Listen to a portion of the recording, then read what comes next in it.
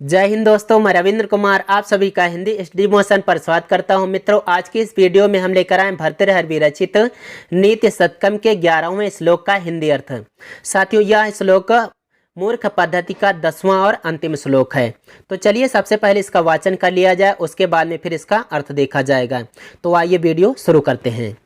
शक्यो वारयितुं जलेन हुतभुक् क्षत्रेण सूर्यातपो नागेन्द्रो निशितांकुशेन समदो दंडेन गोगर्दभो व्याधिर्भेषज संग्रहैः विविधैर्मन्त्र प्रयोगैर्विषम् सर्वस्यौषधमस्ति शास्त्रविहितं मूर्खस्य नास्त्यौषधम्। दोस्तों, इससे कि पहले भर्तृहरि जी ने 9 श्लोक मूर्ख पद्धति में यानी मूर्खों के नाम कर दिए। वहाँ पर इन्होंने बताया कि मूर्ख ऐसे ऐसे होते हैं, वो किसी का कहना नहीं मानते हैं, और अगर आप उनको समझाना भी चाहें तो समझते नहीं हैं, वो उल्टे समझाना शुरू कर देते हैं। यहाँ तक कि भर्तृहरि जी ने बताया कि उनको ब्रह्मा भी नहीं समझा सकते, तो आप तो एक सीधे साधारण से मनुष्य हैं। उसी प्रकार से इस मूर्ख पद्धति के अंतिम श्लोक में यहाँ तक भर्तृहरि जी कह दिए कि सर्वस्य औषधम अस्ति शास्त्र विहितम मूर्खस्य नास्ति औषधम। सर्वस्य औषधम अस्ति, सबके लिए औषधि है, सबकी दवा है। शास्त्र विहितम, शास्त्रों में बताई गई, शास्त्रों में कही गई। तो शास्त्रों में सबकी दवा है, सबके लिए दवा बताई गई है। मूर्खस्य नास्ति औषधम, किंतु मूर्खस्य मतलब मूर्ख के लिए नास्ति औषधम, कोई औषध नहीं है। मूर्ख के लिए कोई औषध नहीं है। मूर्ख को किसी प्रकार से भी समझाया नहीं जा सकता, उसको नियंत्रित नहीं किया जा सकता, उसको अपना नहीं बनाया जा सकता। वही एक लाइन में ये तो हो गया इस पूरे श्लोक का निचोड़ और इसका हो गया रिजल्ट। चलिए एक बार इसको फिर से देखते हैं, उसके बाद फिर इसका मुख्य जो पहली लाइन, दूसरी, तीसरी लाइन का अर्थ उसको देख लेते हैं। कहा गया सर्वस्य औषधम अस्ति शास्त्र विहितम, शास्त्रों में सबके लिए औषधि है, सबके लिए औषधि बताई गई है। मूर्खस्य नास्ति औषधम, किंतु मूर्ख के लिए कोई औषधि नहीं है। आप देखते हैं कौन सी चीज के लिए कौन सी औषधि है, किस चीज को कैसे नियंत्रित किया जा सकता है उसके बारे में। शक्यो वारयितुं जलेन हुतभुक् क्षत्रेण सूर्यातपो। यहाँ पर भर्तृहरि जी ने बताया जलेन हुतभुक् वारयितुं शक्यः। जलेन माने जल के द्वारा, हुतभुक् मतलब आग को, वारयितुं शक्यः रोका जा सकता है, नियंत्रित किया जा सकता है।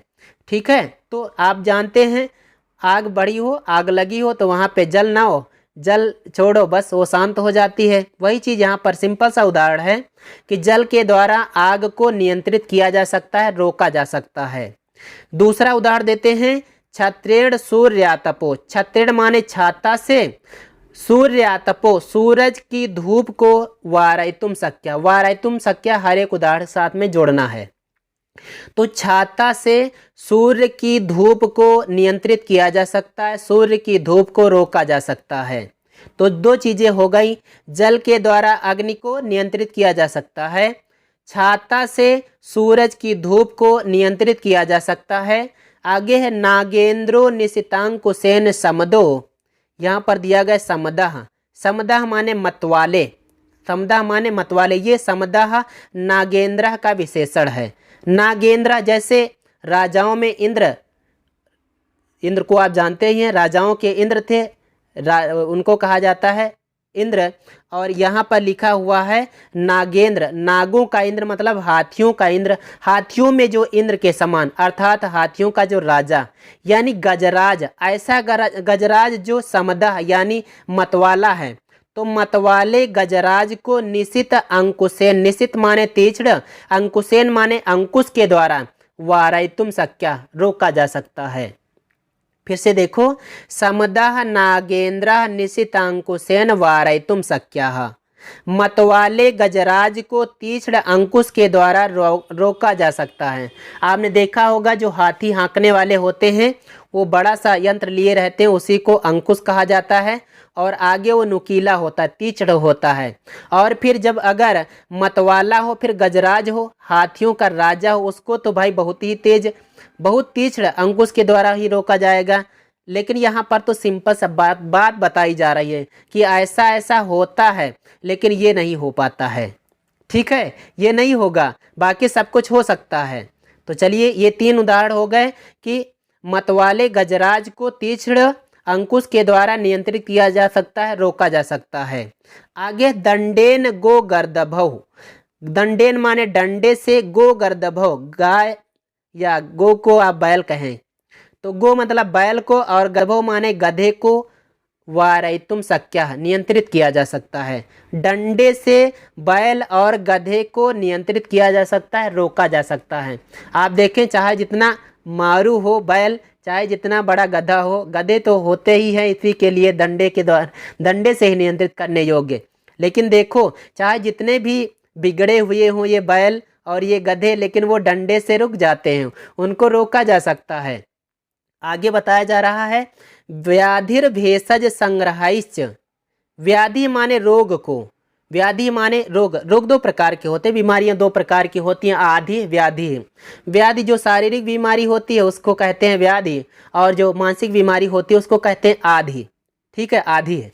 तो यहाँ पर व्याधि, व्याधि माने बीमारी को या रोग को, भेषज संग्रहाई, भेषज संग्रही मतलब औषधियों के संग्रह से उसको वारयितुम शक्यः दूर किया जा सकता है, नियंत्रित किया जा सकता है। मतलब तरह तरह की तमाम प्रकार की दवाइयाँ हैं, उन दवाइयों का सेवन करके आप उन दवाइयों को खा पी कर आप रोग को दूर कर सकते हैं।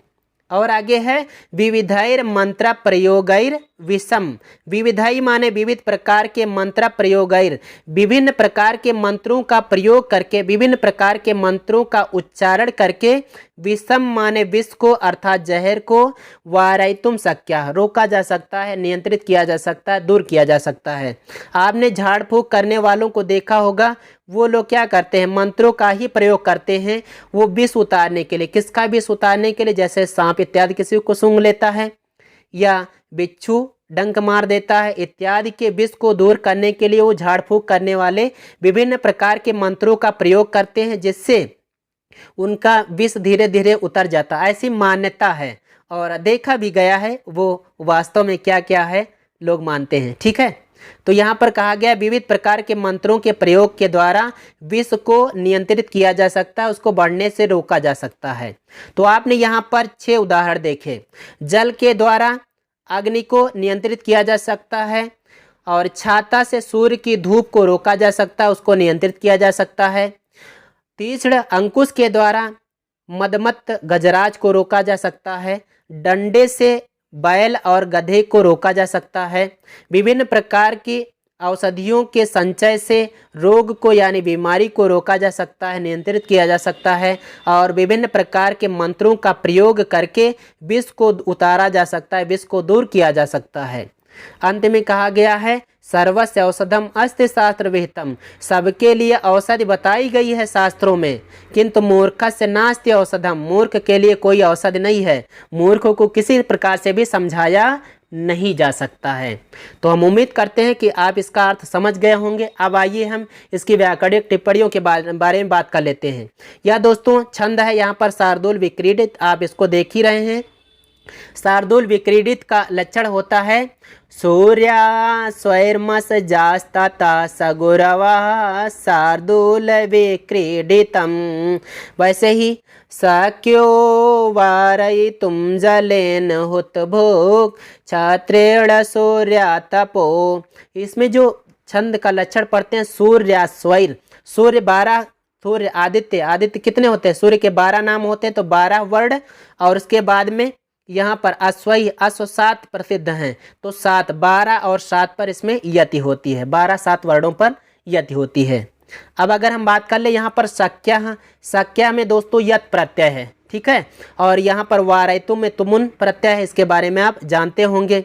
फिर आगे हम बात कर ले यहाँ पर समदः जो लिखा हुआ है, इसका हो जाएगा समास विग्रह करें तो मदेन सह वर्तमानः इति समदः, यहाँ पर बहुब्रीहि समास हो जाएगा।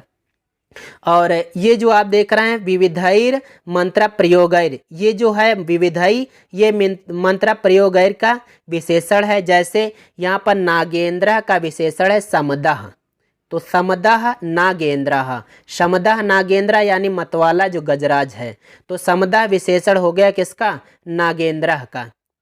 आगे हम बात कर लेते हैं गो गर्दभो। देखिए यहाँ पर आया है गोश्च गर्दभश्च, यहाँ पर हो जाएगा द्वंद्व समास। इसके बारे में सर्वस्य औषधम अस्ति, यहाँ पर सर्वस्य औषधम, इस जगह पर कौन सी संधि हुई है, यहाँ पर वृद्धि संधि है। निशितांकुशेन, इस जगह पर देखें, इस जगह पर दोस्तों निशितांकुशः कहें तो निशितांकुशः मतलब निशिता अंकुशः, तो कर्मधारय समास हो जाएगा, है ना, अगर निशितांकुशः का कहें तो। इस प्रकार से दोस्तों आप इसको समझ गए होंगे, हम ये उम्मीद करते हैं। अगर दोस्तों यह वीडियो आपको अच्छा लगा हो तो लाइक करना, चैनल पर नए हो ना तो चैनल को भी सब्सक्राइब कर लेना, क्योंकि आगे भी हम ऐसे वीडियो लाते रहेंगे। तो आइए दोस्तों चलते हैं। जय हिंद, वंदे मातरम।